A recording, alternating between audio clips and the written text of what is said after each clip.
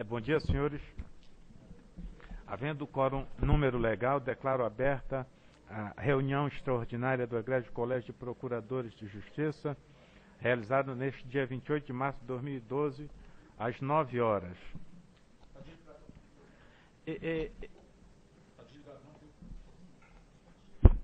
Agora. Eu quero primeiro dizer que foi convocada essa sessão extraordinária porque na próxima semana, devido aos feriados da Páscoa e da Paixão de Cristo, não haveria a reunião ordinária. Não é que haja urgência em nenhum desses projetos que estão postos aqui. Leitura, discussão e votação e aprovação da ata da sessão anterior. Todos de acordo? Dispensado.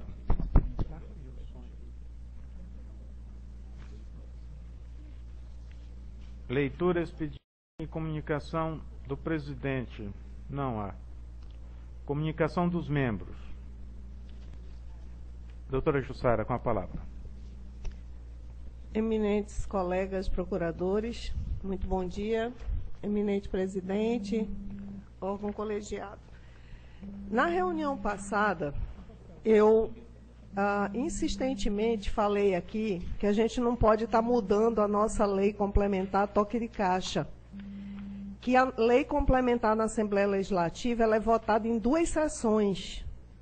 Justamente porque a lei complementar tem um processo mais rigoroso de mudança. Ora, se na Assembleia precisa de 2 sessões para mudar, como é que a gente aqui muitas vezes não recebe o projeto de lei antes para analisar, muda a toque de caixa a nossa lei, e a minha proposta naquela reunião foi que devia haver uma comissão de redação, como há na Assembleia, para verificar se está tudo certo antes de ir para lá, porque depois que a lei vai que está aprovada, olha o vexame de ter que mandar de novo para consertar. Então, o doutor Libório fez uma proposta de mudança do dia do relatório, que ficasse até o dia 5 de cada mês. Eu argumentei aqui que quando isso caísse no fim de semana, a pessoa ia ficar com 3 dias só para fazer o relatório.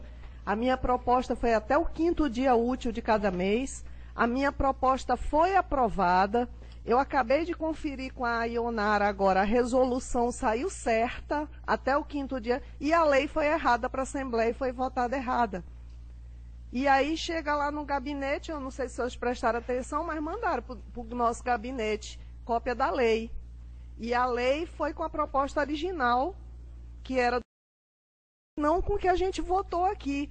Então, gente, isso aqui, erros acontecem em todo lugar. Só que acontecer um erro num ato administrativo é uma coisa que você pode consertar facilmente. Então, isso só vem provar que aquilo que eu venho batendo, insistindo e dizendo aqui é a mais pura verdade.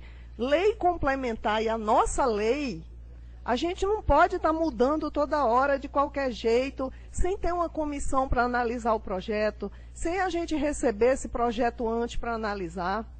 Então, aí chegou um promotor para mim e disse, mas um promotor do interior desesperado, porque eu já fui promotora do interior, eu perdia 2 dias de trabalho no mês para fazer um relatório, porque o relatório no interior não é fácil. E ele estava, inclusive, explicando que tem um monte de código para colocar. Ora, até o dia 5, como a gente viu aqui, se pega um fim de semana no início do mês, eles ficam com 3 dias úteis só do mês para fazer o relatório. E dizer que promotor do interior tem tempo para estar lançando os atos todo dia é brincadeira, só se o cara não trabalhar. Porque se ele tem que acumular família, civil, fazer até habilitação de casamento, absolutamente tudo, fiscalizar a delegacia, fazer tudo, ele não tem tempo de lançar os atos todos os dias. E, portanto, isso aqui, gente, não porque é muito fácil a gente estar aqui de fora criticando. Eu já fiz parte da administração. Acontecem erros, mas isso eu acho que sirva de lição para uma reflexão daquilo que eu venho dizendo e insistindo. Hoje vai entrar outra alteração da lei aqui. E lembrem-se que veio com o voto do doutor Mauro, a gente não tinha recebido o projeto de lei antes, não sei se os senhores se recordam da última reunião. Eu pedi o projeto de lei para ver na hora que tinha aquela palavra representação, por isso que eu pedi vista. porque a palavra representação tem conotação pecuniária, e se a gente é remunerada por subsídio, não pode usar essa palavra. Então, é um alerta. Quando houver alteração de lei, que a gente receba esse projeto com antecedência, que todo mundo analise e que depois a redação passe por cada um de nós para conferir. Tem que haver esse rito. Não pode a nossa lei complementar ser aprovada dessa forma. O doutor Evandro já tinha dito há um tempo atrás que a gente não ficasse toda hora retalhando a nossa lei, que juntasse tudinho para mandar uma alteração só, mas continua vindo alterações toda hora e às vezes de coisas sem nem tanta importância que poderia esperar. Então, vejam, a doutora Luciula já me avisou ali fora que já, o doutor Libório parece que já pediu a correção, já tinha percebido isso.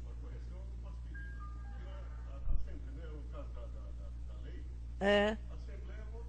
Sim, mas não pode. Alguém tem que pedir alteração, porque está sendo desrespeitado uma decisão do Colégio de Procuradores, não é? Que não foi isso aqui que a gente votou.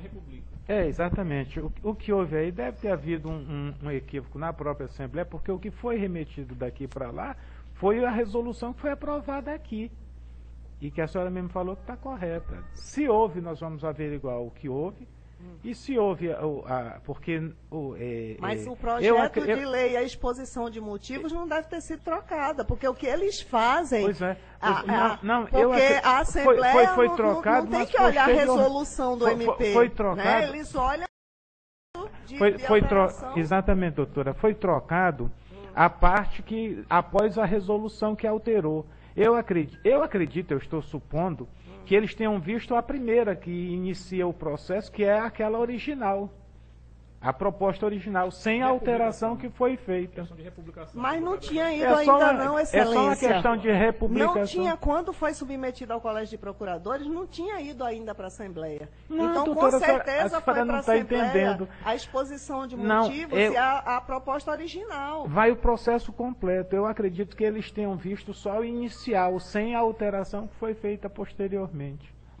Mas eles não têm a obrigação de ver isso, eles têm a obrigação de ver a exposição de motivos. Essa parte eu não me meto no que eles têm que fazer. Claro, é isso, o pedido, quando você faz um pedido de alteração de lei e manda uma exposição de motivos, leram a petição, leram a olham. inicial e não leram a alteração. Eu acredito que tenha sido isso, porque eu não vejo má fé da Assembleia em querer aprovar uma lei diferente da que foi alterada pelo colégio. Antes de ter ido, tinha que ter reformulado a exposição de motivos aqui e ter feito o pedido corretamente. Então, eu não estou recriminando, Excelência, eu já erro todos os dias, todo mundo é humano. Eu só estou dizendo que você errar no ato administrativo, errar no seu trabalho corriqueiro é uma coisa. Agora, errar na alteração de uma lei complementar, que gera obrigações para todos os promotores de justiça, inclusive nós, porque a gente vai ter que cumprir esse prazo até o dia 5, já que a lei está em vigor, até a lei ser alterada, em desrespeito a uma decisão do Colégio de Procuradores. Então...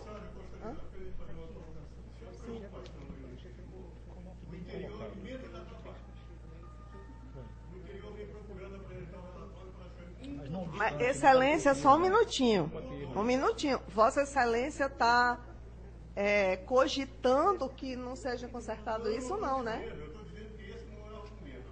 Agora, o que é fundamental é que se foi um encaminhamento com toda a exposição de motivos, uma decisão do colégio, e a chefia da instituição procure estabelecer contato com a chefia do Poder Legislativo para verificar essa mudança. Agora, o argumento que o promotor tem dificuldade, por incrível que pareça, eles estão gravando em CD, estão encaminhando e praticamente o interior não é problema.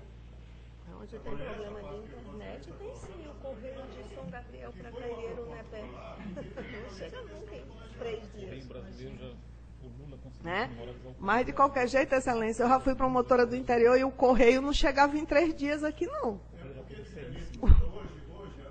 Nem a internet funciona a contento. Mas, de qualquer jeito, Excelência, é uma questão até que eu já coloquei para o doutor Hamilton.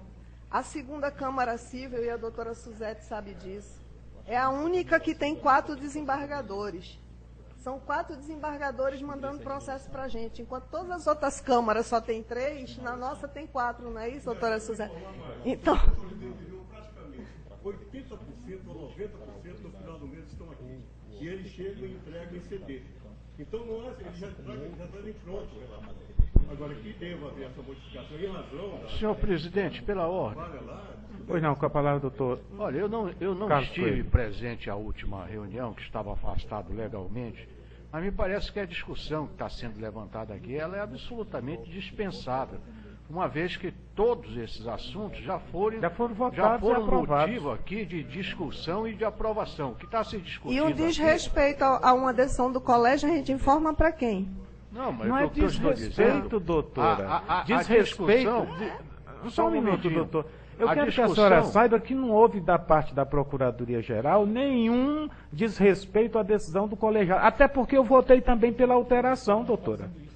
E por mais que não tivesse votado, se houve um erro, a administração vai fazer cumprir a decisão do... Porque o erro não foi aqui. Me permita, Mas, senhor. Excelência, o que eu estou levantando aqui é se a gente vai continuar agindo da mesma forma, vai continuar mudando a lei assim, é isso que eu estou perguntando dos colegas. Por questão de ordem, eu não estou conseguindo Com a palavra, terminar, Vossa Excelência. Eu estou dizendo que a discussão sobre se o promotor vai mandar, não vai mandar, se tem prazo ou não tem prazo, quer me parecer que este assunto já foi esgotado. O que a doutora Jussara trouxe à colação foi a remessa à Assembleia Legislativa de uma lei que pode ter ido já com alteração, mas que foi publicado, foi aprovado na Assembleia, que não é. Qual seria, então, o mecanismo a ser utilizado, primeiro, para modificar essa situação, que me parece que não apresenta grande dificuldade, que seria retificar através de uma nova publicação. Mas não é só isso. É exatamente a preocupação que me parece ser esta da colega, é no sentido de se evitar que possam acontecer situações como essas, exatamente diante do assodamento em que são aprovadas determinadas medidas aqui no Colégio de Procuradores. Então me parece que a preocupação é esta. Primeiro, o que se vai fazer, e isso não adianta ficar aqui discutindo. É uma proposta objetiva e correta, me parece que é muito simples. Retifica-se a publicação. Segundo, o que nós vamos fazer para evitar? E eu quero dizer que a preocupação da colega é absolutamente pertinente.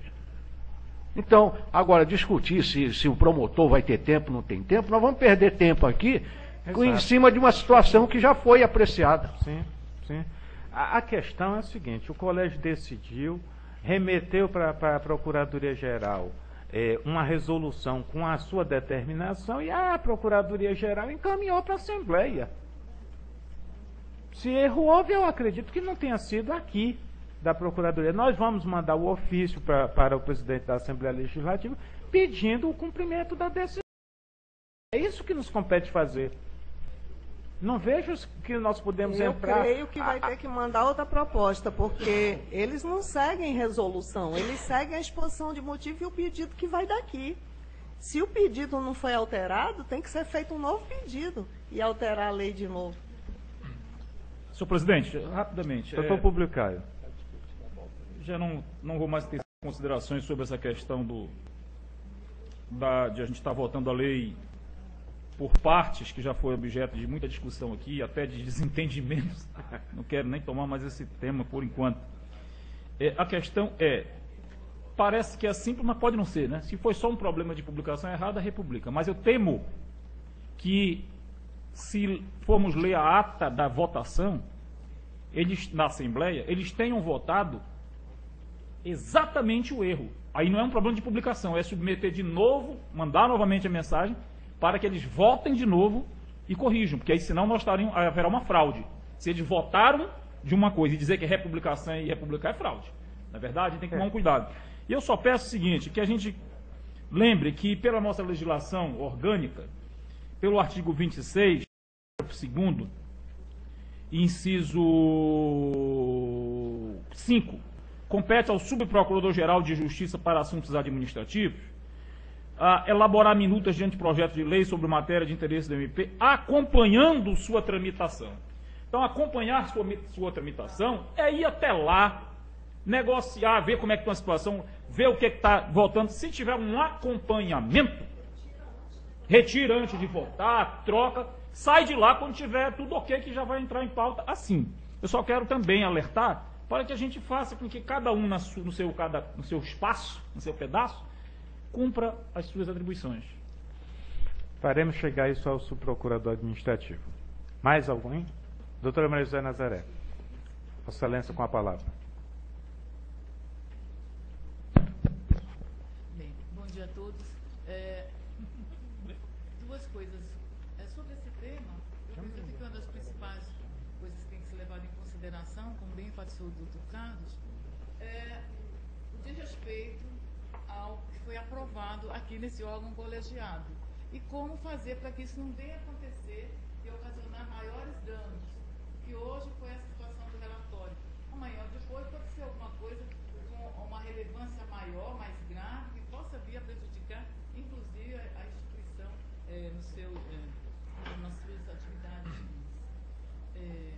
Bem, fora isso, dizer que eu fico muito contente que essa reunião tenha sido realizada, porque pela primeira vez esse ano passado se foi realizado, embora prevista regimentalmente, conforme proposta do doutor Pedro Bezerra, nunca é cumprida a pauta. Sempre tem assuntos que nós poderíamos discutir e aproveitar essa reunião, que com previsão de ser assunto administrativo, mas que sempre dá para discutir a cada 15 dias, a gente não ficar esperando uma vez ao mês para discutir todos os problemas que ocorreram na instituição. Excelência, e outra, só uma correção. Na primeira Câmara também existem 4 desembargadores. Desembargador Sabino, desembargador Paulo, desembargador Pascarelli e desembargador Jorge Lins. São 3? Só a terceira é que realmente tem uma menos. Era isso, Excelência. Mais alguém? Senhor presidente, comunicações. Eu gostaria de apresentar a Vossa Excelência, que submeta a este plenário, questão de relevância, nos termos do artigo 15, parágrafo 1º do nosso regimento interno, para decidir se pode inserir em pauta ou não. O assunto é simples. Sinteticamente, nós aprovamos na sessão passada deste colegiado, demos provimento ao recurso interposto pela doutora Delisa, em face de uma decisão do Procurador-Geral que havia determinado o arquivamento sem punição de um servidor. E, passada a sessão, lembrei que existia algo parecido, fui pesquisar e achei a resolução 07 de 2003 deste colegiado, em que ela determina pela resolução que, no caso de recurso, qualquer recurso que tenha, tem que ter as contrarrazões do recurso da autoridade ou autoridade recorrida, ou de qualquer um sobre o qual repercuta a matéria. E nós vimos, eu examinei o processo mesmo depois da sessão, e vi que não houve intimação para essa contrarrazão. Houve intimação para o dia da sessão, para comparecer no dia da sessão, e não os 15 dias que diz a resolução, que seriam para contrarrazão. Me parece que seria importante que, ex officio, como pode ser feito pela administração, anulasse o recurso, para chamar a ordem aonde estava a nulidade, cumprir a nulidade e voltar à pauta o recurso. Se for de relevância, entender o colegiado, a gente submete, senão eu apresento por escrito para uma próxima sessão. Todos de acordo com a votação, a chamada ordem do processo? Vamos chamar a ordem do processo, então, para que seja a nulidade, já que é uma questão de ordem pública, que seja sanada essa nulidade e o processo tome o seu curso normal. Mais alguém? Processo para deliberação. Chamo o processo 567429-2012 PGJ. Proposta de reajuste remuneratório dos servidores deste parquê. O relator, doutor Evandro Paz de Farias. Vossa Excelência com a palavra. Senhor presidente, egrégio Colégio Procurador de Justiça, trata-se do presente procedimento interno de número 567429-2012, originado pelo ofício 573-2012, datado de 15 de 3 de 2012, encaminhado a este colégio, Colégio Procurador de Justiça, pelo excelentíssimo Procurador-Geral de Justiça, a fim de que seja apreciada a proposta de reajuste remuneratório dos servidores deste parquê no importe de 10%. A presente proposta cumpre os ditames da Lei nº 3.596, de 19 de 4 de 2011, que estabelece a data base para a revisão geral anual da remuneração dos servidores deste Ministério Público, indicando o desdobramento da política de valorização dos servidores administrativos da instituição. Assevera ainda Sua Excelência que a presente proposta está acompanhada do devido estudo de impacto financeiro, declaração de compatibilidade fiscal, declaração de impedimento quanto ao prazo eleitoral e declaração de observância do limite prudencial de despesa com pessoal, conforme determinados pela Lei número 101/2000. O que importa é relatar. Voto. Preliminarmente constata-se que nos presentes autos que todos os trâmites administrativos pertinentes ao assunto foram devidamente seguidos com as cautelas de estilo, denotando o cuidado necessário e a observância dos princípios legais que regem a administração pública. No mérito, ratifico a bem lançada proposta de reajuste remuneratório, a qual faz parte da política de valorização dos servidores deste parquê estadual, apresentada pelo excelentíssimo doutor Procurador-Geral de Justiça, votando em consonância com a mesma. Insta a consignar em nível sugestivo que uma boa política de valorização de servidores, além de perpassar pelos merecidos reajustes salariais periódicos estabelecidos por lei, necessária também se faz a adoção de outras medidas agregadoras, a fim de que se possa sempre esperar um bom desempenho funcional por parte dos servidores que compõem o quadro administrativo, entre as quais poderíamos elencar a extensão dos benefícios já concedidos aos membros deste parquê, através do artigo 279 da Lei Complementar número 11, de 17 de dezembro de 93, que em seu inciso 3º, tais como auxílio pré-escola, plano de assistência médico-social, bolsa de estudo com caráter remuneratório, ou até mesmo a criação de uma gratificação por aperfeiçoamento funcional, que atenda a todos os servidores sem distinção de cargos. Políticas como estas se corroboram a preservação do capital intelectual de alto nível dos servidores que integram esta instituição, tão bem destacado na exposição de motivos da presente proposta feita por Vossa Excelência. Tudo em consonância com os princípios norteados do cumprimento da missão institucional deste conceituado órgão ministerial. É como voto. No 16 de março de 2012, Evandro Paz de Farias. O relator vota no sentido do acolhimento da proposta formulada pela Procuradoria-Geral, que propusemos o reajuste remuneratório dos servidores em 10%. Em discussão.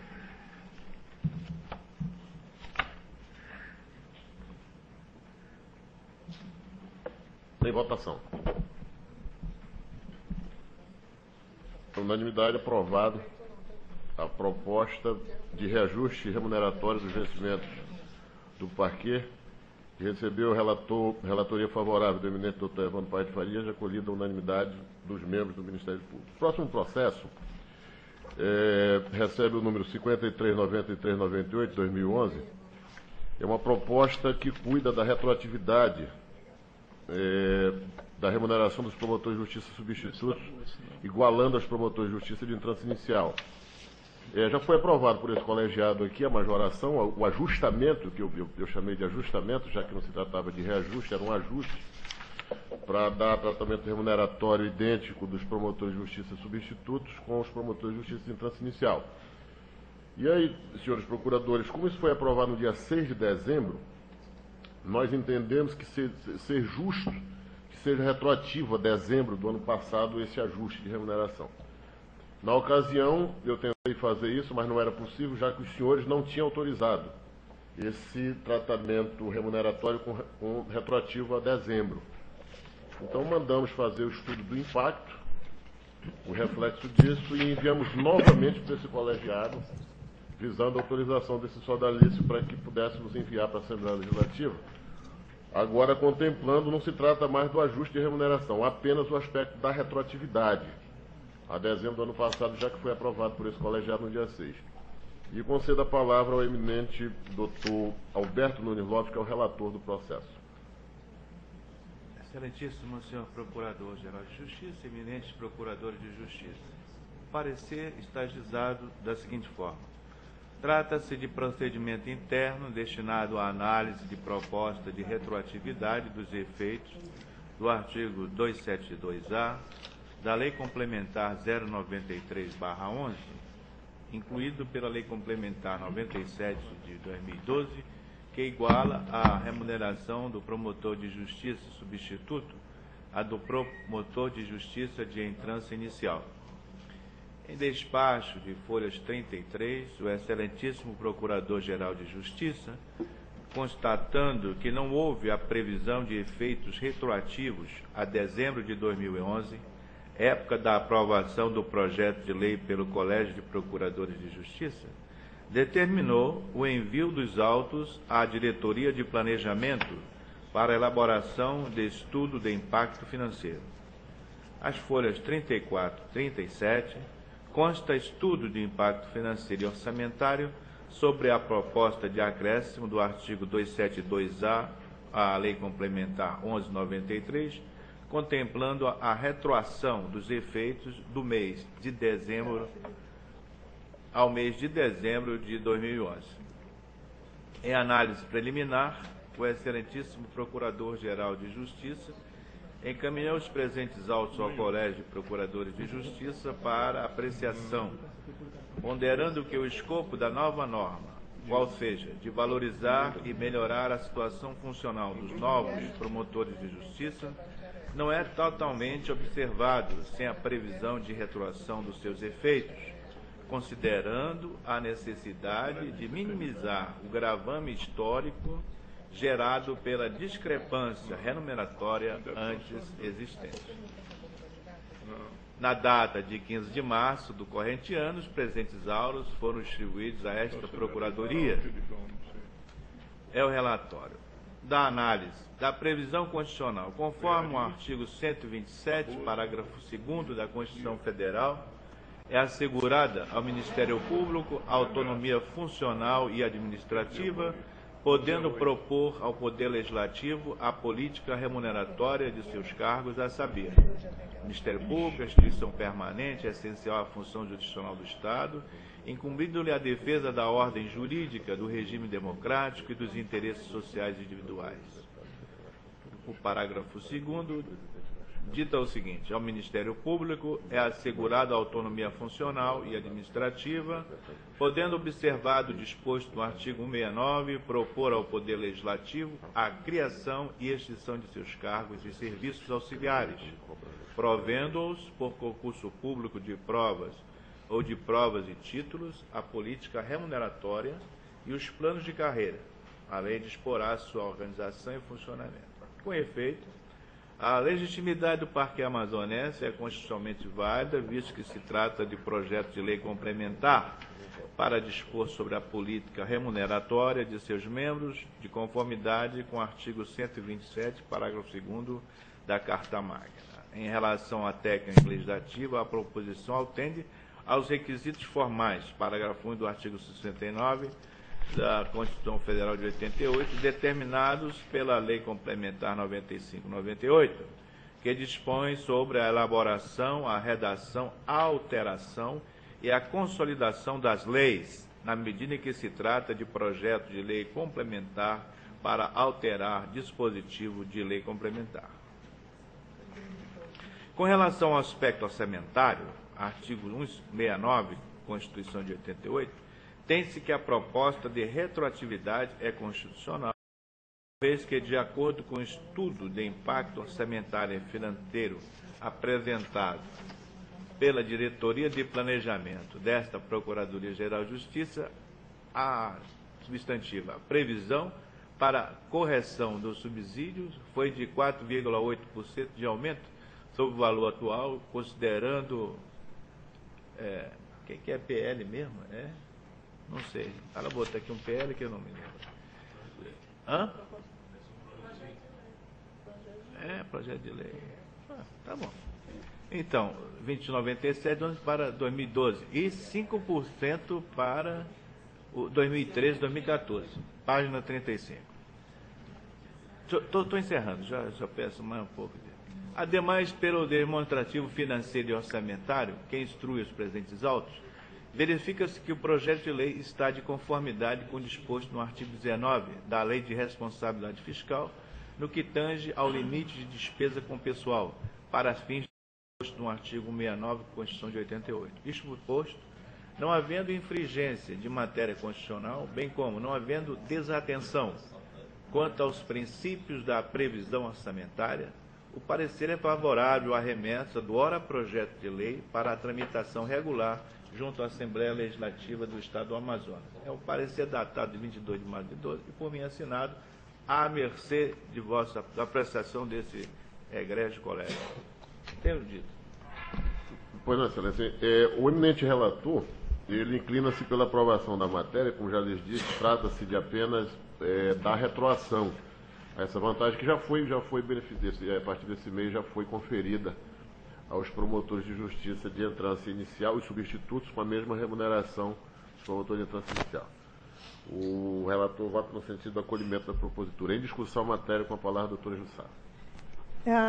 Queria, primeiramente, antes de me manifestar, saber a data da publicação da lei, por favor. Agora eu tenho impressão. A data da publicação da lei... Agora, da que conferiu? A lei 97/2012. A lei 97/2012. Eu tenho impressão que é dia 13 de março, mas vamos checar. Acho que é 13 de março, mas vamos só dar uma checada. 13 de março. 13 de março de 2012? 2012.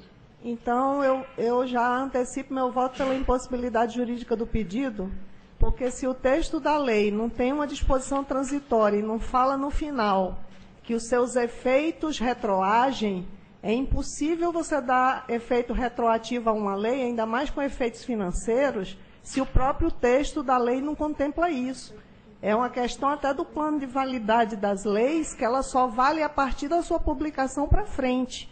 Para uma lei ter validade retroativamente, ela tem que, no seu próprio corpo, ter uma disposição transitória ou dizer lá no final, os efeitos dessa lei retroagem a tanto de tanto. Se no corpo da lei não diz que retroage, ainda mais com efeitos financeiros, eu voto pela impossibilidade jurídica do pedido. Eu gostaria só de registrar, doutora Jussara, se tivesse isso na lei, eu não teria feito essa proposta, já estaria lá, o efeito retroativo. Bom, mas é muito bem, por isso que eu trouxe aqui. Ora, se estivesse no corpo da lei com efeito retroativo se daria, não teria necessidade da Procuradoria ter enviado, que já estaria aprovado. Mas escute só para concluir, me permita. Em razão disso, de não estar no corpo da lei, nós enviamos essa proposta para que seja incluído no corpo da lei esse retroativo. Então, pera lá. Então, aqui na pauta, está proposta de retroatividade, não está proposta de alteração da nossa lei. E a proposta de alteração da lei, a inclusão então, ninguém na recebeu nenhum projeto antes para analisar. A lei, essa lei que vai ser incluído nesta lei agora, essa lei vai ser alterada com essa inclusão para dar efeito retroativo. A proposta é essa. Se já estivesse no corpo dela, já estaria valendo. A pauta não está dizendo isso. A pauta diz proposta de retroatividade. Então, é uma proposta de alteração da lei. Para fazer incluir naquele parágrafo segundo, que deveria, doutora Jussara, ter incluído. Parágrafo primeiro. É fixada a remuneração dos promotores de justiça e tal. Parágrafo segundo. Essa lei entra em vigor na data de sua publicação, vírgula, retroagindo seus efeitos financeiros a 1º de dezembro de 2011. Esse era o desejo nosso, ter colocado na lei. Evidentemente que por lapso não, inclusive meu pessoal, não foi consignado isso na página. Quando eu vi a lei, mas o que foi que houve? Não, doutor, a gente não poderia ter colocado isso na medida que não houve estudo de impacto e nem o colégio apreciou a retroatividade. Muito bem. Solução: encaminhar um novo projeto de lei, alterando esta complementar, fazendo nela incluir, no parágrafo 2º, essa retroatividade financeira. Então, eu tenho uma proposta a fazer que se inverta a pauta e distribua para que a gente possa analisar uma cópia dessa alteração, porque é aquilo que eu falei na reunião passada e aquilo que eu falei no início da reunião. A nossa lei complementar, a gente não pode alterar assim, sem ter um conhecimento prévio, sem analisar com calma. É que Vossa Excelência não estava aqui quando eu levantei a questão de que, inclusive na reunião passada, eu propus que tem que ter, inclusive, uma comissão de redação. Porque se a lei complementar tem uma forma mais rigorosa de ser aprovada na Assembleia, passa em 2 sessões. Aqui a gente não pode aprovar alterações de lei complementar toda hora assim de forma assodada. Então, a gente tem que receber o projeto antes para dar uma analisada, né? Então, veja que eu já estava me manifestando de uma forma equivocada porque eu não tinha conhecimento da questão antes. Então, é um apelo que eu faço. Não, claro. A Vossa Excelência. Investida a pauta, então em seguida vamos passar para o processo, será distribuído agora, para que todos. Agora eu só gostaria de fazer um registro, doutora Jussara, que todas as nossas iniciativas, ela tem recebido o tratamento regimental, não há assodamento aqui de aprovação de norma. Excelência, Nós na reunião mandamos, passada... Nós mandamos, recebe relatoria, o relator lança seu voto. Eu não me recordo de nenhum assodamento Não, aqui nós combinamos isso aqui no colegiado. Eu acho que Vossa Excelência estava presente quando nós combinamos isso. Doutor Hamilton ainda não era procurador. De que toda alteração no projeto de lei, quando viesse a pauta, viesse com cópia para a gente ter conhecimento antes. Eu acho que o senhor, Vossa Excelência se recorda disso. Lembro disso. E não está vindo, tanto que na alteração da passada, que era o doutor Mauro Bezerra, o relator... Certo. O relator precisa sair, que tem uma consulta médica. Vamos retirar de pauta, então, para a próxima sessão? Retirado de pauta para a próxima sessão? Pois não, doutora Marisa? Meu bom dia a todos. Outra vez. Sobre duas coisas. Primeiro, parabenizar ontem pela apresentação na Assembleia. Acho Obrigado. Que marcou bem forte, deixou ótima impressão, inclusive chegou a ser ouvido o presidente da Assembleia que os nossos dividendos são poucos em relação aos trabalhos que se tem que prestar à sociedade. Inclusive ao ponto de um deputado dizer que merece aumentar o nosso duodécimo em razão do que estamos fazendo, né? Meus parabéns a Vossa Excelência pela apresentação. Agora, no que se refere a esse processo, só pontuar 2 coisas. Uma,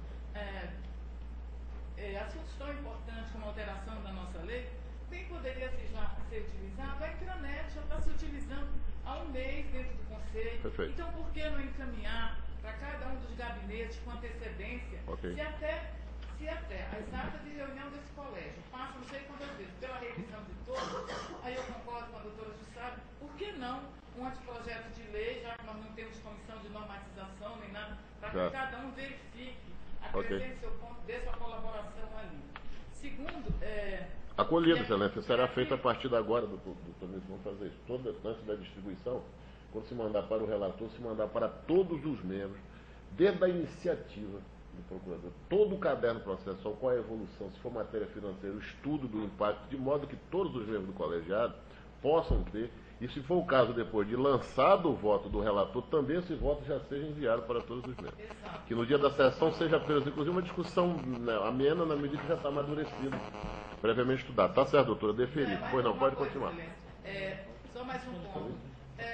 Costuma haver prevenção em relação aos assuntos. Ok. Sobre esse tema, eu relatei em dezembro o primeiro processo. E, embora eu não tenha saído de férias em dezembro nem em janeiro, não foi distribuído para mim. Então, pode parecer meio absurdo, eu estou aqui pedindo trabalho. Pedindo trabalho, não concordo. Eu gostaria que das outras vezes a Secretaria obedecesse a previsão. Essa observação da doutora Maria José, na minha opinião, tem muita pertinência. Ela relatou a matéria relativa ao ajuste da remuneração. E depois a administração decidiu que deveria ser retroativo. Então, a doutora Maria José levanta para a discussão a necessidade que ela estaria preventa da matéria, já que relatou, digamos assim, o processo principal.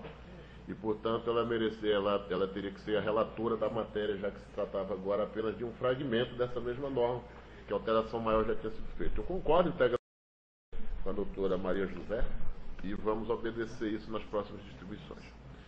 O próximo processo agora, esse do doutor Alberto, foi retirado, doutora Maria José, e aí já será obedecido esse novo entendimento. Evidentemente que não será a senhora relatora na medida que ele já lançou o voto, mas daqui para frente. Mas antes da nossa reunião já será distribuído para todos os membros todo o caderno processual, né, objeto dessa deliberação nossa aqui. e que, inclusive, quem também já está reivindicando essa tarefa para cuidar especificamente do doutor Hamilton vai ficar encarregado especificamente também de mais a sua disposição de poder colaborar. Muito obrigado. Doutora Maria José, muito obrigado também, será colocado em prática daqui para frente essa sua ideia. Tá? O próximo processo é o 457272 de 2011, e ele trata-se de um recurso face à decisão do Conselho Superior do Ministério Público, que culminou com a resolução 593, e é um pedido de reconsideração da decisão do Conselho de Procuradores. O interessado é o promotor Raimundo Davi Jerônimo, e a relatora eminente, doutora Jussara Maria por Deus e Silva. Pois não, doutora Jussara, com a palavra.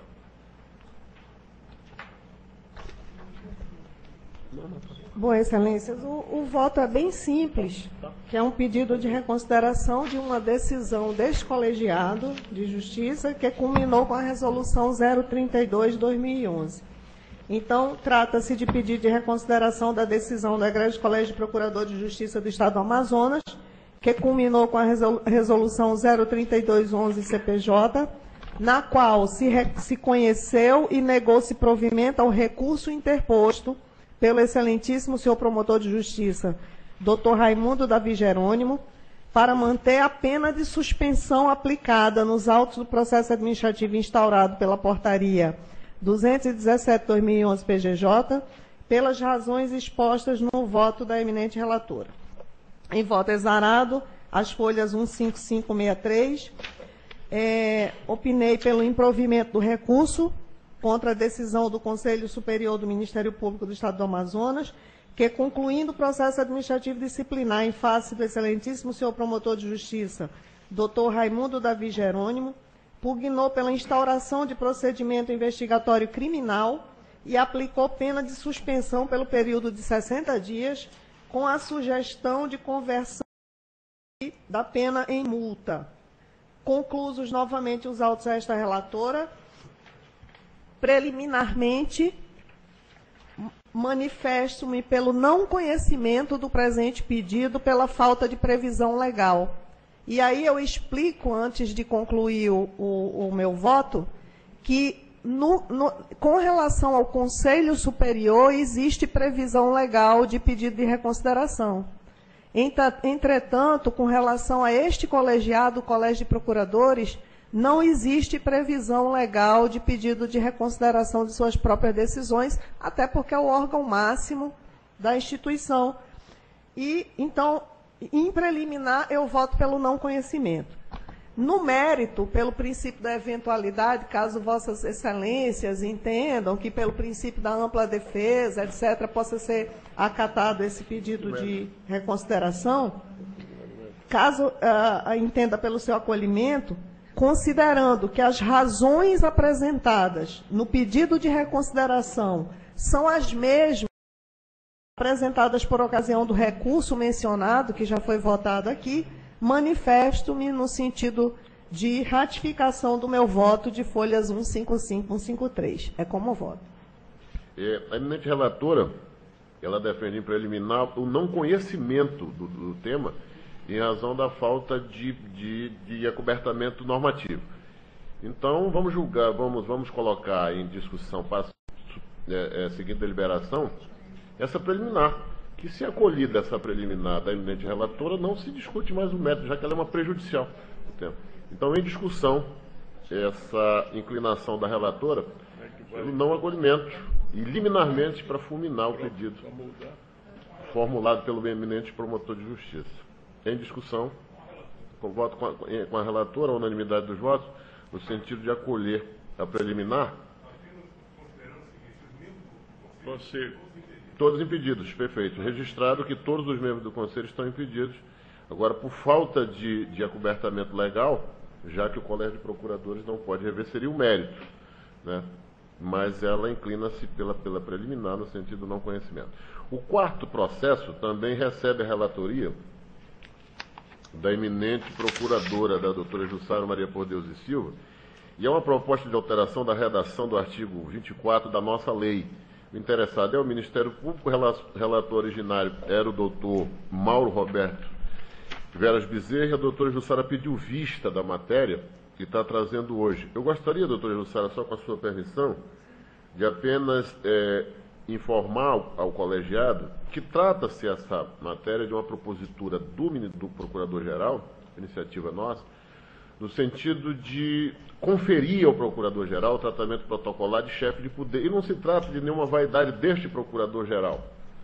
É um entendimento nacional de que o Ministério Público Brasileiro mereça o tratamento protocolar, o Procurador-Geral, de chefe de poder, esse tratamento protocolar. Porque se os senhores se recordam, e com certeza sabem melhor do que eu, na nossa lei ainda hoje, infelizmente, registra que o Procurador-Geral merece o tratamento de secretário e tratamento protocolar de desembargador. Quer dizer, a gente é um misto de cada coisa. Secretário, prerrogativa de secretário e tratamento protocolar de desembargador. Eu sempre disse nas reuniões do Conselho que o Procurador-Geral tem que ter tratamento de Procurador-Geral e não tentar buscar tratamento similar com outras autoridades, por mais que mereçam todo o nosso respeito. Mas tem que ter tratamento de Procurador-Geral. E esse é o entendimento, embora não normatizado no Conselho Nacional de Procuradores Gerais, que os PGJs, eles mereçam o tratamento protocolar de chefe de poder. E em razão disso foi feito um estudo por nós, foi feita uma pesquisa e enviamos a esse colegiado o nosso desejo de também, via autorização legislativa, o PGJ possa merecer o tratamento protocolar de chefe de poder. É nesse sentido a nossa iniciativa. Pois não, doutora Jussara? Bom, eminentes procuradores, egrégio colégio, em primeiro lugar eu queria elogiar o voto do relator originário, o belíssimo voto do doutor Mauro Bezerra, e que o nosso pedido de vista deveu-se justamente àquela questão de não ter conhecimento prévio do projeto de lei. Okay. E na hora, nós pedimos o processo na hora para ter conhecimento da redação do artigo, não sei se os senhores se recordam, e então eu vou ler o meu voto.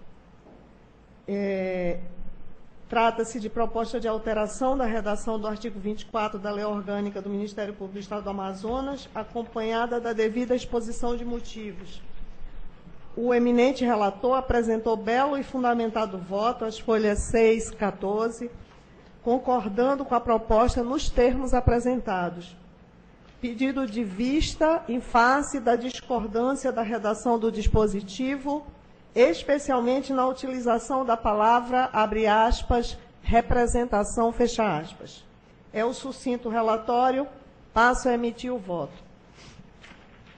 Realizando pesquisa sobre o alcance jurídico da palavra representação, verifica-se que no dicionário do Senado Federal ele tem um significado especial e que nacionalmente sua abrangência não é uníssona, dando aso a várias interpretações. A língua portuguesa está em constante processo de atualização e o significado de representação tem sido bastante polêmico, chegando o Senado Federal a querer garantir direitos constitucionais na palavra representação. No festejado dicionário Aurélio, encontramos 16 significados diversos, a saber, 8 palavras em si, 1 significado filosófico, 6 significados jurídicos e 1 significado teatral. Um dos significados da palavra realmente é no sentido de aparato inerente a um cargo e de status social, cremos tenha sido a intenção da proposta ora analisada, mas considerando que encontramos também 6 significados jurídicos diferentes, entendemos que a utilização da palavra pode dar ensejo a várias interpretações se não vejamos. Então, eu vou lá rapidamente ler aqui para não cansá-los.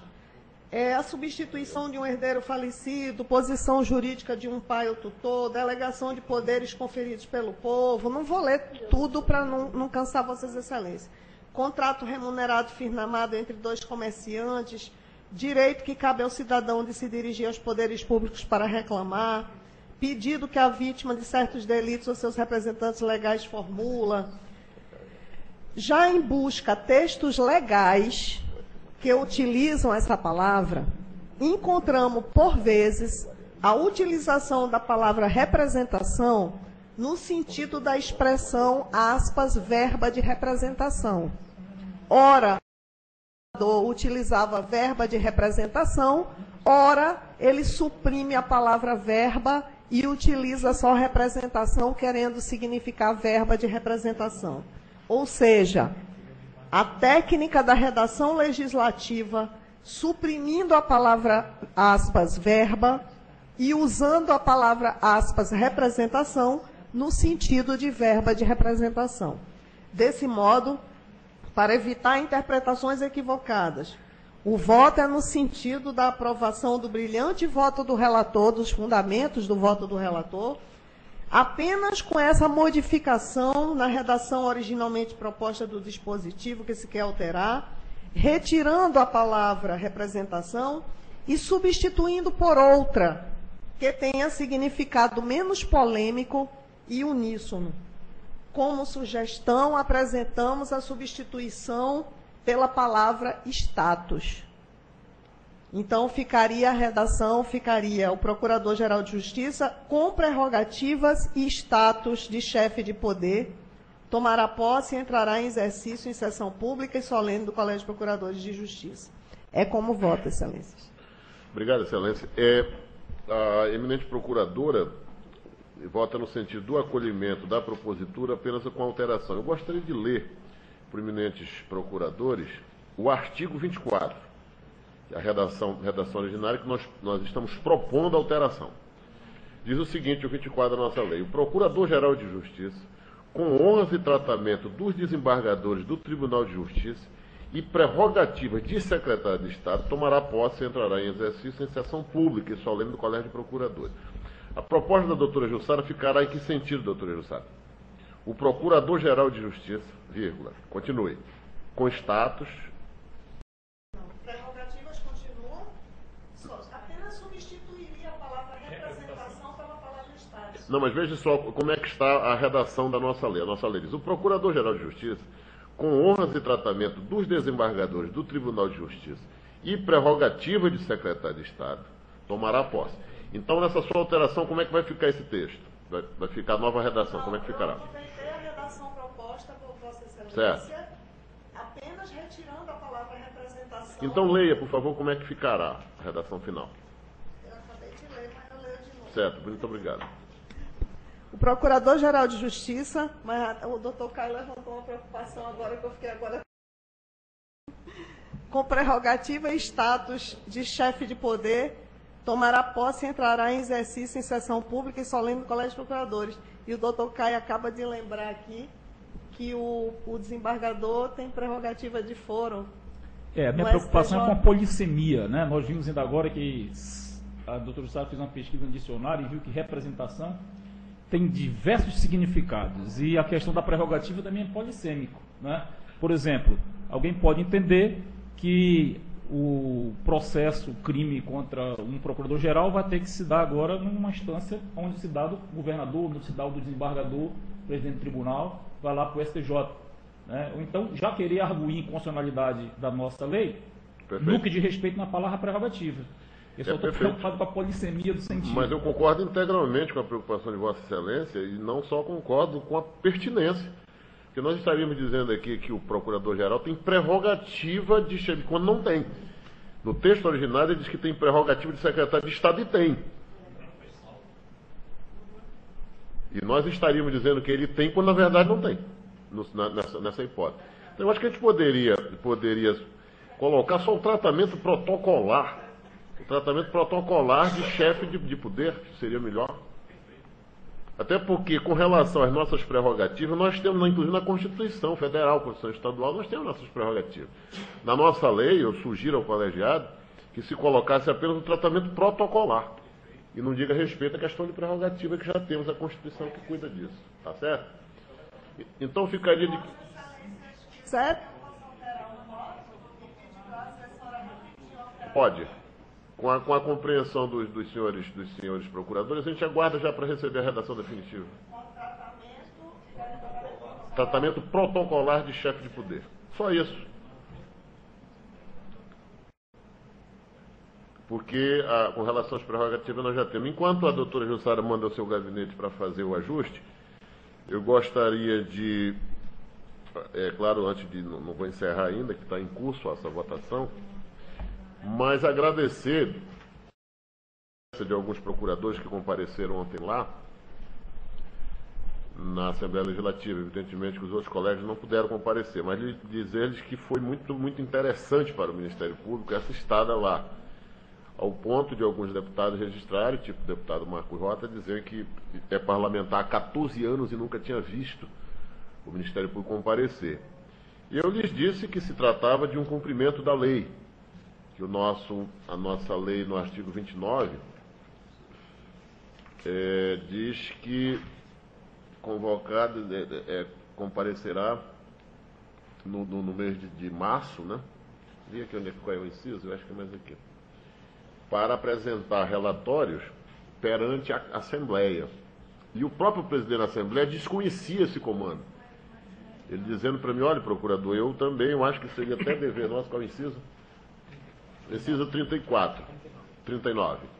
Apresentar, diz o inciso 39 do 29 da nossa lei, apresentar no mês de março de cada ano ao Poder Legislativo Estadual, em sessão especialmente convocada, relatório das atividades do Ministério Público, propondo as providências necessárias ao aperfeiçoamento da instituição e da administração da Justiça. Ou seja, não basta, não é o mero envio do relatório. E, inclusive, conversar com a presidência ontem, ele agradecendo, mas o senhor foi muito gentil ter vindo aqui. Não, presidente, exige que venha aqui em sessão especialmente convocada.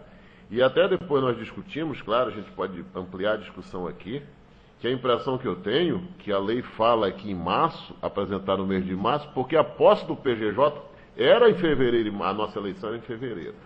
Com a alteração do nosso calendário eleitoral, esse dispositivo aqui está colidindo com a realidade. Então nós vamos ter que repensar uma adequação desse dispositivo. Porque não tem sentido. Eu, por exemplo, tomei posse em outubro, só fui apresentar o relatório em março do outro ano. Né? Então, com a renúncia do ministro Campbell, houve uma alteração do nosso calendário. Que a nossa eleição se dava na primeira quinzena de fevereiro e a posse em março. Sempre foi assim. Né?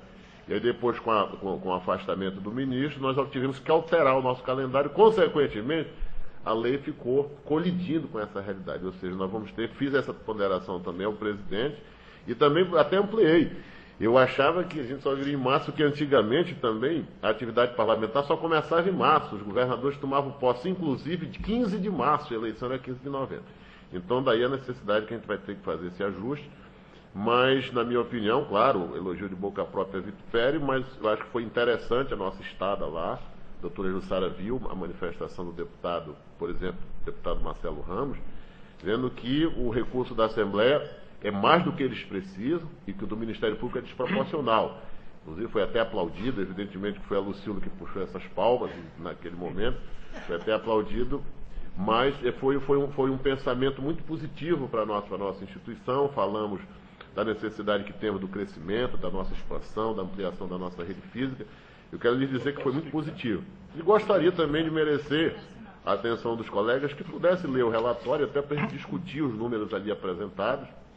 Houve uma variação, evidentemente, do nosso gasto. Nós demos uma subidinha, saímos de 1,40 para 1,75 nos gastos com o pessoal, mas os senhores sabem o porquê, né? Porque nós estamos honrando os pagamentos de ativos antigos, mas está sob controle, está 1,75 da Lei de Responsabilidade Fiscal, ou seja, a nossa situação é confortável ainda. Evidentemente que quando sair a decisão a respeito da reposição das perdas do nosso subsídio, possivelmente a nossa capacidade de gasto com o pessoal vai ficar comprimida. Então, para compartilhar com os senhores esse relatório, também dizer que a doutora Silvana teve participação decisiva na elaboração do relatório, ela e toda a equipe, né, lá de cima, o pessoal trabalhou, e gostaria de merecer também a resposta, até a crítica propositiva, alguma coisa que a gente possa melhorar o nosso relatório para o próximo ano, seja eu, seja qualquer um outro. Eu acho que nós temos que esquecer essa figura do Procurador-Geral para pensar sempre na figura do Ministério Público, né, que foi apresentado esse relatório, coincidentemente foi na nossa gestão, mas que tenha continuidade nas outras gestões, enfim, na medida que a norma estabelece isso como regra. Né? Pois não, doutora Jussara? Bom, primeiro eu tinha deixado para o final, que a doutora Maria José Nazaré já antecipou, dar os parabéns, é que eu fiquei muito orgulhosa de dessa sessão na Assembleia ontem, né, porque a gente tem que mostrar nosso trabalho, né, tem que mostrar resultados para a população que nos remunera, né, e se a gente quer realmente sensibilizar a Assembleia Legislativa por um aumento do Odécimo, porque não tem que sensibilizar só Sua Excelência o Governador, tem que sensibilizar a Assembleia também, né? A gente tem que mostrar lá. E uma coisa que eu ouvi lá, eu voltei para casa muito feliz, porque um sonho sempre foi ver todas as comarcas do interior com promotor e ver a promessa de Vossa Excelência sendo cumprida, que hoje existem apenas 2 vagas na capital e apenas 5 comarcas do interior vazias, e que Vossa Excelência pretende preenchê-las ainda este ano e aí ficar nosso Ministério Público. Isso é um sonho, saber que todas as comarcas do interior terá um promotor de justiça lá. Então, parabenizar não apenas a iniciativa de Vossa Excelência, mas também a humildade de citar a doutora Silvana lá, porque geralmente, né, lembram dos assessores e a humildade de lembrar que foi ela que deu a ideia, ela que ajudou a coordenar a elaboração desse relatório. Então, parabenizar e dizer que eu fiquei muito orgulhosa de fazer parte do Ministério Público, muito orgulhosa dessa sessão de ontem. Mas, ao mesmo tempo, dizer que teve um sentido colocar na lei o prazo de março. O sentido é que toda prestação de contas na administração pública ela é feita por exercício financeiro, não importa quem esteja à frente do órgão. Então, como a prestação de contas é feita de exercício financeiro e a praxe sempre foi de todo e qualquer órgão, todo e qualquer poder apresentar, inclusive ao Tribunal de Contas, as prestações de contas no mês de março, é por isso que é o sentido da lei, não porque a eleição era em fevereiro, apenas para fazer esse registro. Senhor presidente. E só, doutor Pulgar, me permita agradecer, doutora Jussara, mais esse ensinamento. Dizer que, claro, isso aqui era uma reflexão minha, evidentemente que a senhora faz a correção, e a correção técnica. O meu aqui era na intuição, né? Estava na intuição e Vossa Excelência faz a correção técnica, é isso mesmo. Então não há necessidade de fazer ajuste, é isso mesmo, está correto. Necessidade da gente perpetuar essa prática, né? De que a gente possa continuar. E Vossa Excelência assistiu ontem, quando eu disse aos deputados e aos servidores que estavam lá, que agora quem lê aquele relatório vai saber quanto é que a gente gasta de gasolina, quanto é que a gente está gastando de telefone, quais os municípios que temos internet, quais os municípios que temos residências, enfim. É uma maneira, doutor Pulcar, da gente dizer para a sociedade, olha, se Vossas Excelências viram, até o jornal repercutiu hoje, não sei se de maneira irônica, eu disse que nós ganhamos bem, sim. Não temos vergonha disso. Por quê? Porque há tempos atrás, quer dizer, não pode ser há tempos à frente, um deputado fez o seguinte registro, que o Ministério Público ganhava muito bem, ganhava mais do que deputado e fiscalizava menos o governador do que os deputados. E fez essa provocação, a imprensa me ligou, disse, olha, o deputado acabou de dizer que vocês ganham mais do que eles e fiscalizam menos. Ela pensou que eu fosse partir para o confronto com o deputado, eu digo, olha, diga a ele que ano que vem vai haver concurso. Ele pode muito bem fazer o concurso, agora diga para ele se preparar, que é um concurso muito rigoroso. E sair por aí, não dei confiança. E ontem, doutora Jussara e doutora Maria José, que estavam lá, doutor Libório, eu fiz aquele registro, porque nós não temos vergonha de quanto nós ganhamos. Nós ganhamos bem, é verdade, a sociedade nos remunera bem, e nós precisamos, sim, aumentar essa nossa conta-prestação. É nesse sentido. Não que eu estava dizendo lá que a gente ganha muito e não faz nada, não é nada disso. Primeiro que não ter vergonha de quanto a gente ganha. Nós somos bem remunerados, mas nós somos merecedores disso. A sociedade merece a nossa proteção. E hoje o jornal destacou isso. E o procurador disse que se quiser era bem remunerado. E verdade, nós somos bem remunerados. Quando eu saí lá, o pessoal da Assembleia, doutor, a gente quer ir lá para o Ministério Público, lá se paga bem. Eu digo a verdade, que bom que a gente pode se orgulhar da boa remuneração que temos, graças a Deus. Pois não, doutor Pulgar? Senhor presidente, eu também acho que é de extrema importância que a gente mostre nosso trabalho à sociedade e aos parlamentares, até porque, assim como somos fiscais, precisamos também ser fiscalizados. Não existe ninguém que possa ficar sem ser fiscalizado. E é fundamental que o parlamento saiba disso, que a gente não tem nada a esconder, tem muito a mostrar do que estamos fazendo. Então, nesse sentido, também parabenizo. E também parabenizo a doutora Silvana, que ficou no meu pé um bom tempo, dos coordenadores, né, cobrando informações e rediscutindo, enfim. É só sugerir a ela, ou a equipe, que na próxima vez coloque o índice, né? Quem gosta de fazer índice é o doutor Hamilton, né? Ele faz até remissivo, tem experiência de fazer isso. Mas também dizer o seguinte, eu vou ficar ainda mais satisfeito, se Deus quiser, no ano que vem, quando a gente tiver também, a partir já dos relatos, quando você tem registros, você pode buscar indicadores de avaliação. Quando você não tem registro nenhum, você não tem como avaliar a sua conduta, a sua produtividade. E tanto aqui no colégio quanto no conselho, sempre a gente tem tocado num assunto chamado efetividade dos nossos trabalhos. Que a gente não fique sendo só aquele elo de ligação que recebe uma reclamação e passa adiante. Nós temos que dar futuramente relatórios que possam ter conclusões, assim dizer, efetivamente, né, a sociedade ganhou aqui, como alguns já aparecem. Como alguns já aparecem aqui, questão de hospitais, questão de não sei o quê.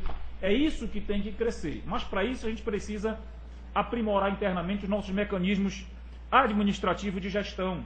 Eu volto à tecla de nós avançarmos na questão do planejamento estratégico. Desculpe se eu sou chato todo ano, 5, 6 vezes por ano falando nisso, de termos o nosso planejamento estratégico. E segundo, de que a gente possa, com antecedência no ano que vem, discutir a nossa proposta orçamentária em cima da avaliação desse relatório, em cima dos dados que nós temos, para buscar exatamente isso que eu estou dizendo, a efetividade do Ministério Público. Então, nesse sentido, também parabenizo a iniciativa.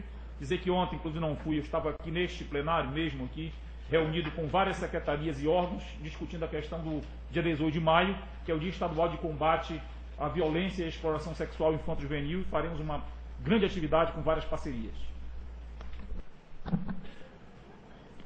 Ok. Mais alguém? Começando, só folheando as folhas 146, já que não existe o índice do relatório, eu devo dizer assim, que fico bem orgulhosa de verificar a produtividade das nossas procuradorias de justiça. Eu não sei se correto ou não, mas é o que diz aqui.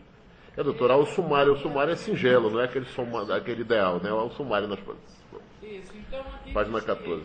No ano 146, no ano de 2011, as procuradorias cíveis tiveram uma taxa média de atendimento mensal por 100 mil habitantes, um percentual de 70,14. Eu acho que, não sei se tem algum equívoco, que me perdoe os colegas da área criminal, aí diz que é a maior taxa aqui, depois vem a criminal com 6,26. Pode haver algum equívoco, tá? Porque eu não, nas outras vezes que eu vi algumas coisas, eu não vi, assim, essa distorção tão grande. Sim. Mas, de qualquer forma, como está aqui no relatório, pelos números que indicam aqui, realmente é de ficar assim, muito orgulhoso de estar numa procuradoria civil, de ver essa produção chegada a esse nível. Normalmente o que se diz é que os procuradores, e isso até 2 anos atrás era comum, ainda tem um outro desavisado promotor que diz isso, que nós não trabalhamos, né? E os números agora, com os números sendo efetivamente mostrados, nós não vamos chegar a 400, 600, como aquelas promoções agora na via digital, no processo digital, né, que conta o parecer ou a promoção, 3, 5 palavras, menos que uma frase, como é a promoção. Com certeza, o parecer de um procurador nunca vai chegar a esse ponto e nós não vamos competir nunca em números com o primeiro grau. Mas eu acredito que isso já faz alguma justiça e mostra o trabalho que as procuradorias têm. E uma outra situação, Excelência, como bem enfatizou a doutora Jussara, ficar contente de ver que todo o interior já vai ter o seu promotor em cada comarca, mas esperar também que se cumpra uma outra das promessas de Vossa Excelência. Vossa Excelência está correndo e cumprindo elas mais do que se esperava, para o bem da instituição, diga-se, na questão dos servidores. Se ainda vai ser chamado, se ainda vão ser chamados técnicos jurídicos, porque já vence o concurso em abril, e nós do Conselho, principalmente, que cobramos muito das promotorias que atuam na área administrativa, ficamos muitas vezes impossibilitados de cobrar mais atividade e mais o cumprimento dos procedimentos administrativos, porque sempre nos vem a reclamação de que não dispõe do técnico, do agente técnico jurídico ainda. Sei que as promotorias cíveis, na última leva de agente técnico jurídico foram agraciados, já estão todos bem atendidos. Então, por favor, solicitaria a Vossa Excelência que desenvolvesse o máximo de empenho para ver se dentro desse prazo exíguo que se tem do concurso, se é possível chamar e dar condições a todos das promotorias da área civil, ou prorrogar, não sei se é possível prorrogar o concurso. Era isso, Excelência. Presidente, antes que o senhor responda isso, para não mudar o assunto, que ainda estava no tema anterior, é interessante também verificar, a sociedade entender uma coisa, e os colegas promotores também entenderem, a respeito da atuação no segundo grau, né? Que o Ministério Público e o corregedor têm esses dados bastante significativos, de que hoje, pelo menos no âmbito da nossa Procuradoria aqui, não há processos em atrasos. Não é, corregedor? Se a gente recebe, tem lá processos recebidos, processos devolvidos. Então, se a produtividade às vezes é baixa, é porque não foram recebidos os processos, não é porque não produzimos. Agora, se o CNJ tem ou não lá levantamento de processos em armários no tribunal, aí não é um problema nosso, mas processos recebidos, processos devolvidos. Nós estamos na produtividade de acordo com aquilo que recebemos. Nós não podemos criar. Não podemos demanda onde ela não existe no segundo grau. Pois não. Pois não, doutor Libório. Pois não, doutor Libório.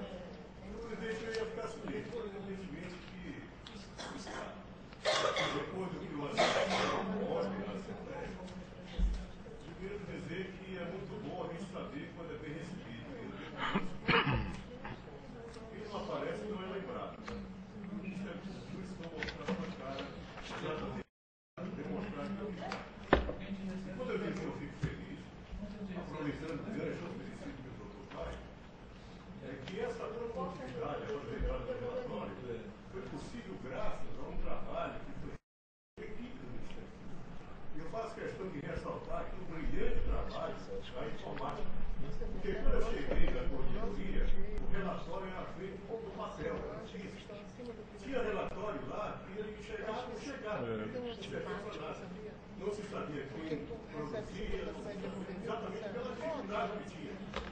Não é que não se tivesse avaliado. Posso criar processo. Hoje, com esse tipo de relatório eletrônico, é possível, inclusive, de repente, quando a doutora Silvana nos solicita as informações, nós tivemos a possibilidade de apresentar imediatamente. E essa produtividade que aparece aí é trabalho de um grupo. Primeiro, os promotores que produziram. Segundo, os procuradores que produziram. Terceiro, a informática que, graças a Deus, nos permitiu, inclusive, no momento que a gente chega para implantar as tabelas unificadas, nós já estamos bem à frente. Se esperássemos as tabelas chegarem para a gente começar a fazer, ficaria muito mais difícil. Então, isso é produto do empenho de todos os colegas procuradores. Produto do empenho de Vossa Excelência que está procurando oferecer melhores condições. Eu sei que eu não tenho processo, toda vez que chega um de boa. Não chega não, a gente baixa na coisa. Exatamente por quê? O que a gente não recebe é muito, explode o braço. A gente falava da redução 5 para 8, e nós ficamos, inclusive, de fazer uma reunião. Nós, vocês, os colegas de proteger, os colegas do consumidor, exatamente para que façam essa avaliação a respeito de como a gente pode minorar essa dificuldade para que os promotores não encontrem tantas situações, às vezes, que não são nada confortáveis, como, por exemplo, o Conselho precisar encaminhar para a Corregedoria, para uma avaliação, para saber se houve desídia, se não houve desídia. Então, eu fico feliz, no momento que Vossa Excelência vai à Assembleia, apresenta um relatório, é bem recebido. Não foi Vossa Excelência, foi o Ministério Público bem recebido. Exatamente. Com a possibilidade, inclusive até o líder do governo, Partido dos Trabalhadores, dizer que precisa aumentar o nosso 12º, eu fiquei feliz. Quem não ficaria?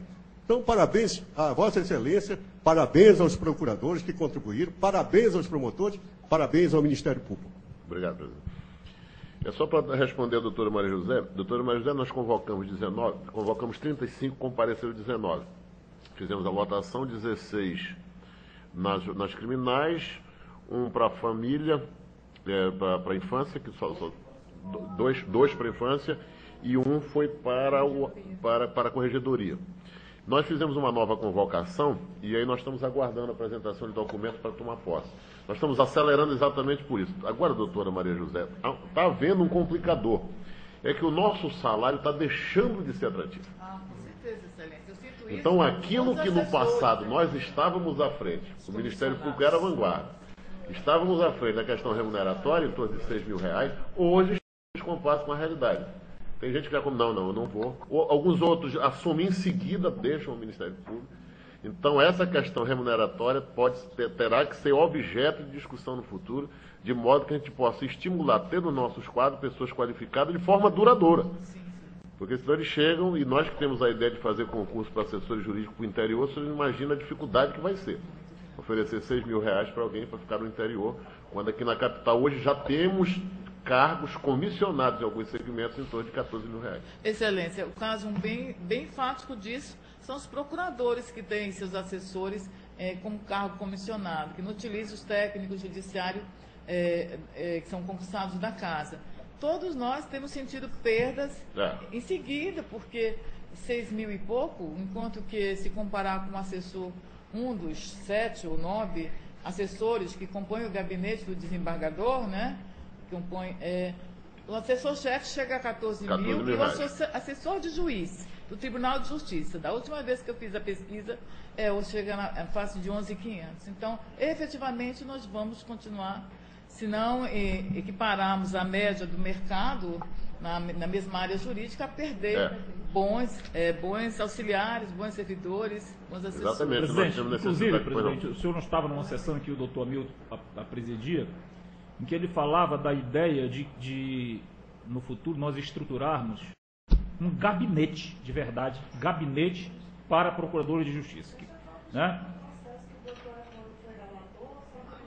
Exatamente, que o gabinete não significaria um quadrado com um servidor lá dentro. O gabinete é exemplo, a gente já até deu o exemplo aqui, é exemplo de uma UTI médica, dizer, vamos criar leitos médicos. Não é botar uma cama e o negócio, é criar estrutura, é o médico intensivista, o enfermeiro de não sei o que, não sei o que. Então, você vê, por exemplo, você chega no Tribunal de Justiça, o gabinete do desembargador são de 5 a 6 assessores que tem lá dentro, porque no pleno eles pegam de tudo, pegam crime, civil, administrativo, o que for. É a mesma coisa com a gente nas Câmaras Reunidas, que às vezes a gente pega tributário, não sei o que, e a minha assessora tem mais especialidade numa área do que em outras, e eu fico correndo com ela numa pesquisa agoniado, desesperado. Quer dizer, nós tivéssemos uma estrutura de gabinete, pudéssemos ter, inclusive nós, mais assessores para a qualidade da produção dos nossos pareceres. Não, doutor José.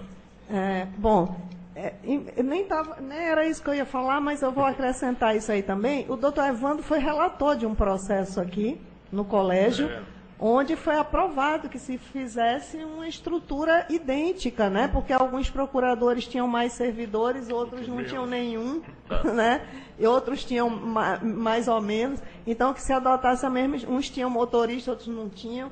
Então, que se fosse criada uma estrutura... e foi aprovado por unanimidade aqui o voto do doutor Evandro, né? Mas aí nunca foi dado cumprimento a essa decisão do colégio. Mas...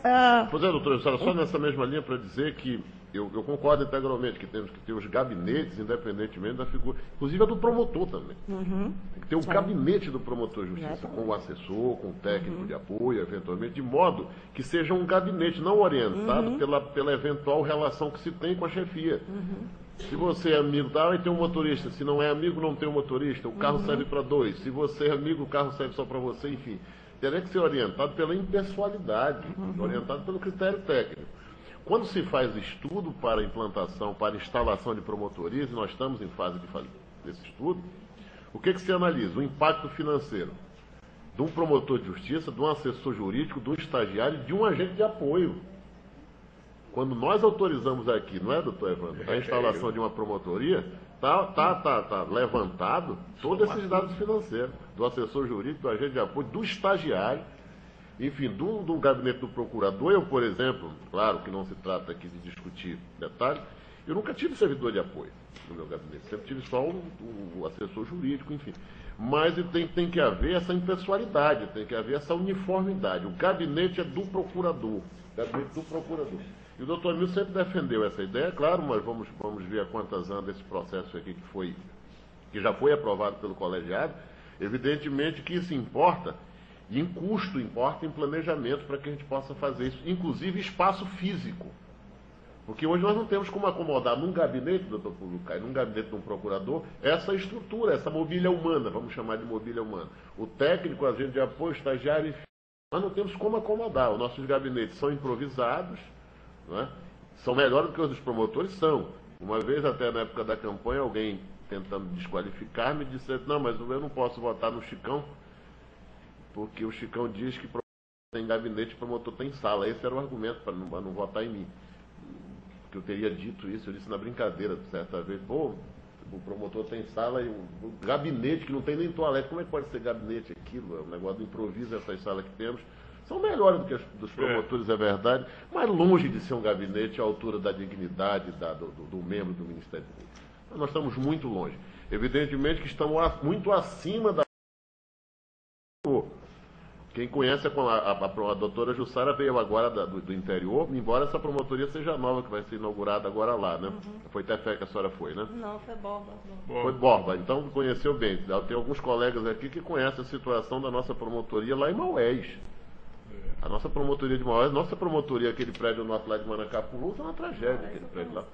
Né? As nossas instalações de Humaitá são precárias. Enfim, a exceção agora aqui de Novo Airão, de Tabatinga, de Lábrea lá no sul do Amazonas e algumas outras poucas aí, nossas instalações são muito singelas, muito acanhadas, que não merecem, mas nós estamos tentando fazer isso. Eu quero lhe dizer aquilo que falei ontem lá na Assembleia, nós vamos ver se a gente consegue iniciar nossas obras até junho, de Parintins, Itacoatiara, Coari, Presidente Figueiredo e Iranduba. Essas obras nós vamos na semana que vem já pegar a escritura de Itacoatiara, estamos com recursos já alocados para o início das nossas obras. Graças também a uma sugestão da doutora Silvana, a fiscalização será feita pelo Exército Brasileiro, vamos licitar, os recursos serão próprios, mas a fiscalização será de fora. Estamos com dificuldade, nós só temos um engenheiro na casa, estamos convocando um outro agora, tentei trazer um arquiteto emprestado, não consegui, que a gente pretende criar um núcleo de engenharia, arquitetura e orçamento aqui para ver se a gente consegue tocar nossas obras um pouco mais rápido. Nosso anexo aqui ainda estamos com dificuldades. O doutor Hamilton está aqui, me prometeu que inaugura com 2 meses. Vamos ver se com 2 meses a gente coloca isso para funcionar. O prédio do Aleixo, concluímos agora o nosso encargo, o nosso caderno de encargos agora do prédio do Aleixo concluímos. Possivelmente a gente vai licitar o projeto de arquitetura agora, né, para lançar a pedra fundamental, talvez até iniciar no segundo semestre. Mas são processos lentos, a burocracia exige muito. A questão do destaque do nosso recurso lá, os senhores conhecem muito bem, o doutor Fulvio Caio já trabalhou aqui na administração, teve outras experiências, o doutor Evandro também. Não é fácil, não é fácil. Você tem que ir, sempre tem que ir depois, você tem que insistir, sempre tem dificuldade, você tem que estar muito presente, especialmente para conseguir destaque de orçamento. E o nosso inicialmente seria em torno de 50 milhões. Então não é qualquer recurso, ele exige muita persistência para conseguir isso. Mas o cenário, sobre esse aspecto, é um bom cenário. Nós esperamos tocar essas obras e, se Deus quiser, até o final do mandato, conseguir pelo menos colocar em funcionamento essas 5 aí. Parintins, Itacoatiara, Iranduba, Coari e Presidente Figueiredo. Então, essa é a ideia. Bom, não. Excelência, só 2 questões rapidinho que eu acho que pode ser objeto de uma sessão administrativa. Né? Primeiro, dizer que eu não concordo quando diz que assessor de procurador tem que ganhar igual assessor de desembargador, não. Porque assessor de desembargador não trabalha numa Câmara só. Desembargador pega processo do pleno, pega processo das câmaras reunidas e pega processo da Câmara isolada, e quando é do Conselho da Magistratura, ainda pega do Conselho da Magistratura. Então, a gente querer comparar a quantidade de processos que tem no gabinete de um desembargador com de um procurador, Não tem a menor comparação. Agora, até comparar com assessor de juiz, eu até concordo. Mas com assessor de desembargador, não, porque a quantidade de processo é muito maior. Agora, uma questão que continua altamente problemática, e eu acho que a gente pode discutir numa reunião administrativa, essa questão da substituição dos assessores, que já melhorou quando eles saem de férias. Já melhorou.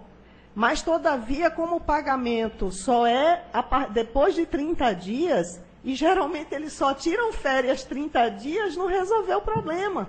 Então, o que está acontecendo? Pelo menos na Câmara Civil, não sei como é que está na Câmara Criminal e nas Câmaras Reunidas.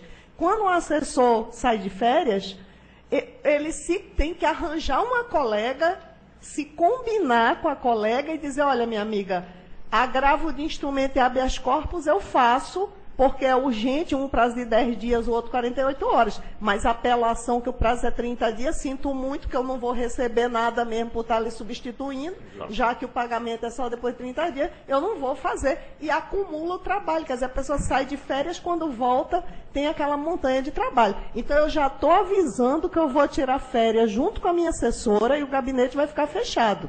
Então, eu não sei como é que vai ficar essa distribuição, principalmente nos processos virtuais, e é por isso que eu queria chamar a atenção, já que a partir do momento que se fizer a distribuição de um processo virtual para o meu gabinete agora, outro colega não pode assinar, porque tem lá o meu código, e só com o meu token, só eu vou poder assinar aquela peça. Como é que vai ficar a distribuição de processos virtuais na ausência de um procurador? Isso é uma questão que tem que pensar antes que isso aconteça. Então, não vai poder nem distribuir o processo para o gabinete quando um procurador estiver de férias, porque senão o que estiver substituindo não vai poder assinar com o token dele o processo que foi distribuído para outra pessoa, porque ele não vai conseguir assinar. E mais que isso, né, doutor? Entrou no MP, está contando o prazo. Exatamente. Doutor Nilson, sua opinião. Então, a solução seria a escala de férias. Resolveria esse problema. Com a escala de férias ordenada pela administração. É uma medida que já se tentou por várias vezes e não se conseguiu aqui. A questão dos assessores, a gente pode. Eu vou já conversar com a Fabiola lá do DETIC, ver como vai ser feita essa questão da assinatura. O substituto, claro, vai ter que assinar naquela. Eu acredito que seja apenas a inscrição daquele procurador que vai responder pela procuradoria e a abertura da fila para ele. Excelência, eu acredito que seja a mais fácil de resolver, porque Vossa Excelência, quando substituiu a doutora Sandra, foi-lhe dado um código e funcionou. Então, isso já aconteceu na primeira. Eletronicamente, foi. Exato, porque ele estava substituindo. O mais difícil... Aquele procurador que vai responder por aquela procuradoria ou promotoria... Para ter acesso. Ele vai assinar com o seu nome. Vai assinar com o nome dele. Isso.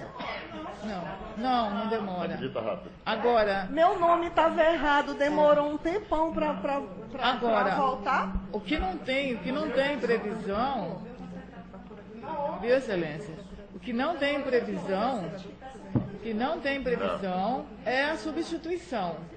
Mas a informação, viu, doutora Jussara, a informação que nós estamos recebendo é que já houve essa semana uma reunião do nosso pessoal com o TJ. A distribuição vai ser para o órgão e não para a Procuradoria. Então, quem estiver substituindo já está com esse credenciamento, de modo que ele pode substituir sem problema nenhum. Pode ficar tranquilo. E a segunda parte, doutora Jussara, talvez essa aí exija uma mais duradoura e, portanto, que também importa em desembolso, seria remunerar na substituição. A remuneração do procurador é hora por dia, né? Proporcional. Agora não. Eu vou lhe dizer uma... Que é quem faz o trabalho. Eu acho, e vou lhe dar essa opinião, porque eu inclusive já defendi isso aqui quando era membro do Conselho Superior a respeito da necessidade. Se você tem tarefa adicional, tem que ter remuneração adicional.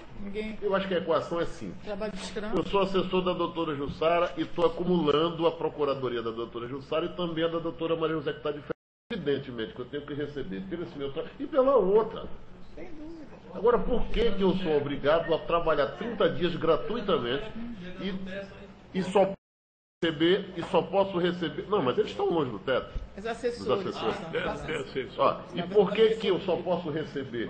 Eu posso trabalhar 30 dias e só posso receber a partir de outra coisa, proporcional. E outra, além de receberem só depois dos 30 dias, o Pois valor é tão irrisório que elas chegaram para mim, eu não quero acumular. Então, porque doutora o valor Jussara, não vamos fazer o seguinte, a partir de hoje, claro que isso importa em custeio, isso importa em gasto. E o doutor Milton não gosta muito quando se fala em gasto, mas, doutor Milton, vamos enfrentar isso, vamos fazer um estudo para ver qual o reflexo. Evidentemente que considerando um período de férias para cada um durante fazer essa projeção, ver se é possível a gente enfrentar isso à luz do nosso lastro financeiro. Acho que há determinados, doutor Lopes, só me permita concluir, eu acho que há determinados assuntos que não adianta a gente... O assessor tem que ser... Se ele não for remunerado, ele não tem obrigação. Ah, mas a lei diz que até 30 dias. O nosso caso é assim também? Não é. Foi, excelência. Foi no passado, foi mas eu digo, mas não há. Exato. Mas sabe por que era, doutora Maria José, ali? Tinha mais o caráter da continuidade do serviço. Se você se afasta episodicamente, um dia... Agora, tem todo um planejamento de férias. O cidadão sabe que eu sou obrigado a passar 30 dias trabalhando para a minha procuradora e para aquela que eu estou substituindo e não receber um centavo, porque a lei diz que eu não mereço receber. Isso, no mínimo, é injusto. Se eu estou trabalhando, né, em duplicidade, eu tenho que receber então, essa já que vai ser revista essa caso, que seja revista também a questão do valor. Porque o valor também é tão irrisório, tão irrisório que nenhum um terço da remuneração dele é tão irrisório que ele não quanto hoje? 10%? Um terço do técnico, excelência, do comissionado é 10%, o que dá 650. Imagine, Vossa Excelência, na primeira Câmara Civil, esse mês, eu recebi 43 processos digitais. A minha assessora, se for substituir a doutora Sandra, ela vai trabalhar em 86 digitais e vai receber mais 650. Não existe isso, excelência. Mas eu digo na avaliação de Vossa Excelência, nós poderíamos remunerar, porque nós, procuradores, nós recebemos, né? Mas muito bem, a nossa remuneração é maior do que o do nosso assessor e tal, claro, você tem... Não, e tinha gente reclamando desse percentual outro dia, só que esquecem que quando foi fixado 10%, foi porque na época que foi se fixar o subsídio, se optou o subsídio mais alto possível e as gratificações, que era o que você vai receber o tempo todo, e as gratificações pequenas eventuais. Aí para não passar do teto... Para não passar do teto, exatamente. De modo que você, quando chega, o procurador-geral recebe do teto. Né? Bem, o processo chegou, se você... Então vamos fazer, só para concluir, doutora Jussara, então qual é a sugestão a respeito disso?